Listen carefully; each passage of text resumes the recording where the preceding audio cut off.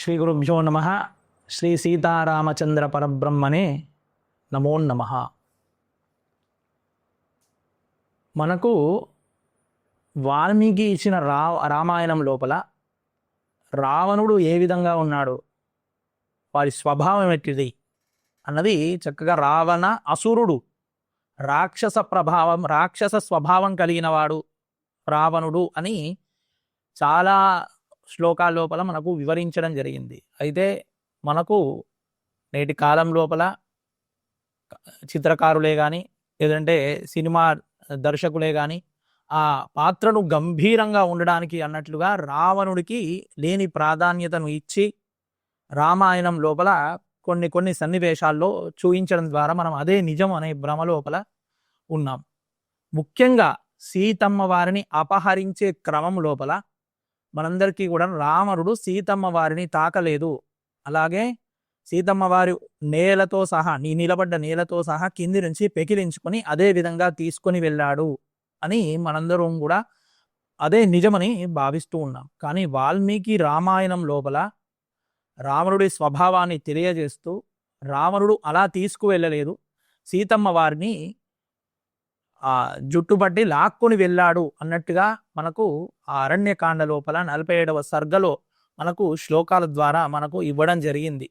తద్వారా మనం గ్రహించవలసింది రావణుడు రాక్షసుడు.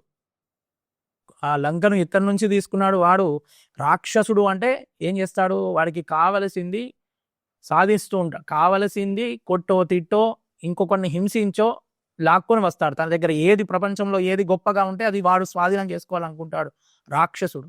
అలానే లంకా నగరాన్ని స్వాధీనం చేసుకున్నాడు కుబేరుడి దగ్గర నుంచి, పుష్పక విమానాన్ని స్వాధీనం చేసుకున్నాడు కుబేరుడి దగ్గర నుంచి.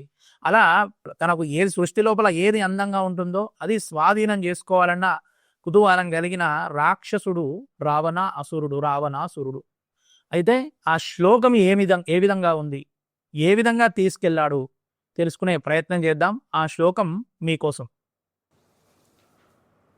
వామేన సీతాం పద్మాక్షీం మూర్ధజేషు కరేణ సహ ఊర్వోస్తు దక్షిణేనైవ పరిజగ్రాహ పాణినా. అరణ్యకాండ లోపల 49వ సర్గలో 17వ శ్లోకం ఇది. కాబట్టి ఈ శ్లోకం ద్వారా మనకు అర్థమవుతుంది ఏమిటి, వామేన అంటే ఆ యొక్క రావణుడు సీతమ్మ వారి దగ్గరికి భిక్షగాడి వేషంలో వచ్చి ఆ తర్వాత తన నిజ రూపం బయటపెట్టి అనేక రకాల ప్రగల్భాలు పలుకుతూ, అంటే ప్రపంచం లోపల నేనే గొప్పవాణ్ణి అన్న విషయం అర్థమయ్యేటట్టుగా సీతమ్మ వారికి తెలియజేసి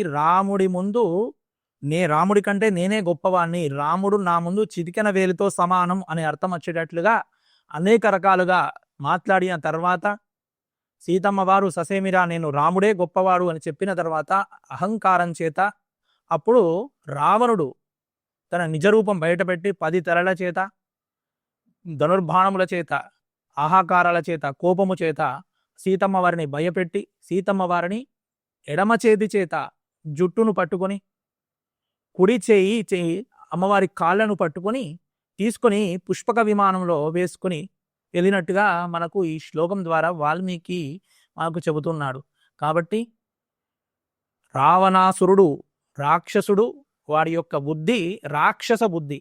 కాబట్టి ఈ విషయాల ద్వారా మనం గ్రహించవలసింది రామాయణం లోపల లేని విషయాలను మనకు ఆపాదించి చాలా విషయాలు ఇంతకుముందు కూడా చెప్పుకున్నాం. సీతమ్మ రాముడి కంటే పెద్దది అన్న విషయం కానీ, ఇలా రావణుడు సీతమ్మ వారిని తాకలేదు అని చెప్పేసి కానీ, ఇంకా చాలా విషయాలు మనకు ఈ లేని విషయాలను మనకు రామాయణంలో ఆపాదించి మనందరినీ కూడా తప్పుదారి పట్టించడం జరిగింది. కాబట్టి అసలైన విషయం ఏమిటి, వాల్మీకి మనకు ఏ విధంగా రామాయణం అందించాడు, అదే మొట్టమొదటి ఆది కావ్యము, అదే రామాయణానికి మూలము. మిగిలినవన్నీ తర్వాత వచ్చినవే.